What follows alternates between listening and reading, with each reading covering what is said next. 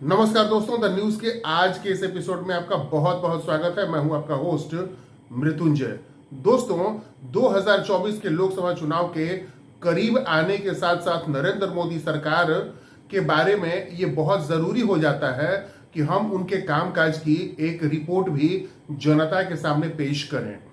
दोस्तों, और तथ्य जो इससे संबंधित है वह आधारित होना चाहिए पूरी तरह से सरकारी आंकड़ों पर, यानी भारत सरकार के जो सरकारी आंकड़े हैं उन्हीं से संबंधित विभिन्न तथ्यों पर आधारित इस सरकार के रिपोर्ट कार्ड पेश किए जाने चाहिए।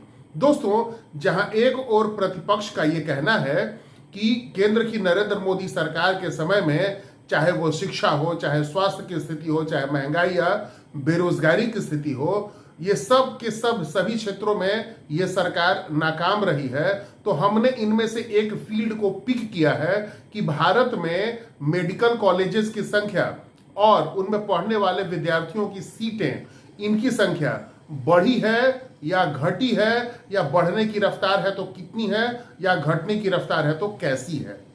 तो दोस्तों, ये एक बहुत महत्वपूर्ण विषय है, क्योंकि भारत अगर किसी क्षेत्र में पिछड़ा हुआ है तो वह है तकनीकी शिक्षा के मामले में।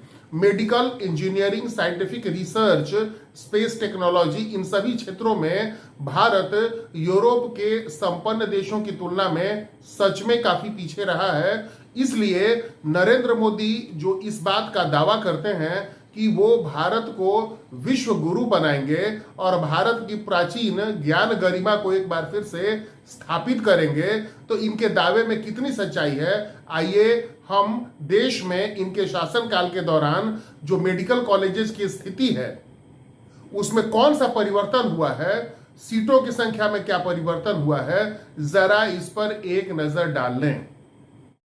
दोस्तों, हाल ही में स्वास्थ्य राज्य मंत्री भारती प्रवीण ने अपने एक जवाब के तहत संसद में इस बात को स्पष्ट किया है कि वर्तमान समय में भारत में कुल मेडिकल कॉलेजेस, जिसमें कि प्राइवेट और सरकारी दोनों ही किस्म के मेडिकल कॉलेजेस शामिल है, इनकी कुल संख्या है 704।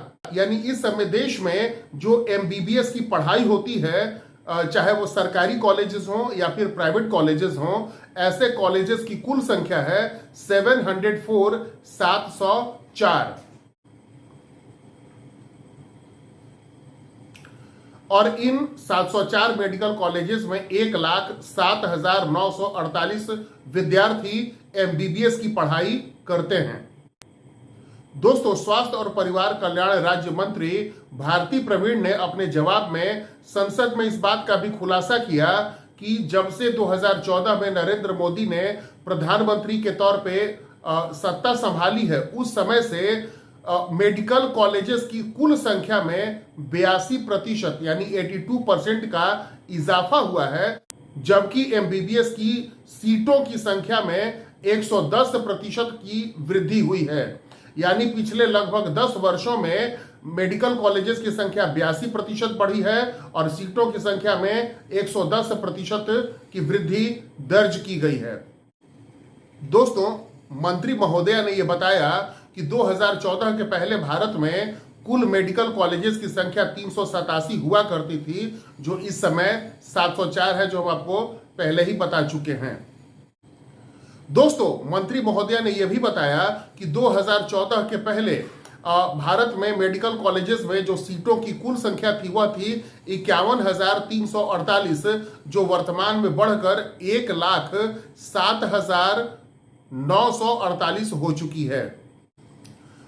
संख्या के लिहाज से देखें तो मेडिकल कॉलेजेस की संख्या में और साथ ही साथ उनमें जो सीटों की संख्या है उसमें भारी उछाल हुआ है। बावजूद इसके भारत अब दुनिया का सबसे बड़ी आबादी वाला मुल्क बन चुका है। ऐसे में भारत में मेडिकल फैसिलिटीज की बहुत ज्यादा आवश्यकता है। इसलिए सरकार की ओर से और निजी क्षेत्र की ओर से भी मेडिकल फील्ड में ज्यादा से ज्यादा इन्वेस्टमेंट करने और मेडिकल कॉलेजेस और उनमें पढ़ने वाले विद्यार्थियों की संख्या में कई गुना ज्यादा वृद्धि की आवश्यकता अब भी बहुत ज्यादा बनी हुई है।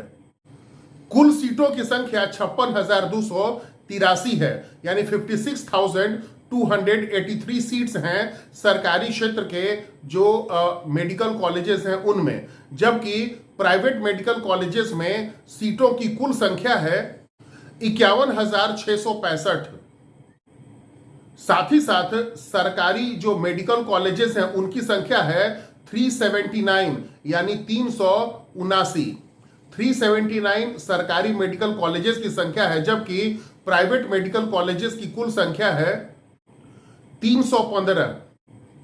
दोस्तों, एमबीबीएस की पढ़ाई के बाद, जो कि 4 साल की पढ़ाई होती है, उसके बाद विद्यार्थी डिप्लोमा की भी पढ़ाई करते हैं, जो एमडी और एमएस यानी सर्जरी और मेडिसिन के लिए पोस्ट ग्रेजुएशनशिप का डिप्लोमा की भी पढ़ाई अलग अलग कॉलेजेस में कराई जाती है। और भारतीय प्रवीण मंत्री ने, राज्य मंत्री भारतीय प्रवीण ने इसके संदर्भ में भी आंकड़े पेश किए हैं। उनका यह कहना है कि 2014 के पहले भारत में NEET पीजी की पढ़ाई के लिए सीटों की कुल संख्या थी 31,185 और अब 2023 में ये NEET पीजी की पढ़ाई के लिए, यानी इसको हम आम भाषा में MD और MS के डिप्लोमा की पढ़ाई के लिए सीटों की कुल संख्या बढ़कर अब हो गई है 67,802, यानी 67,802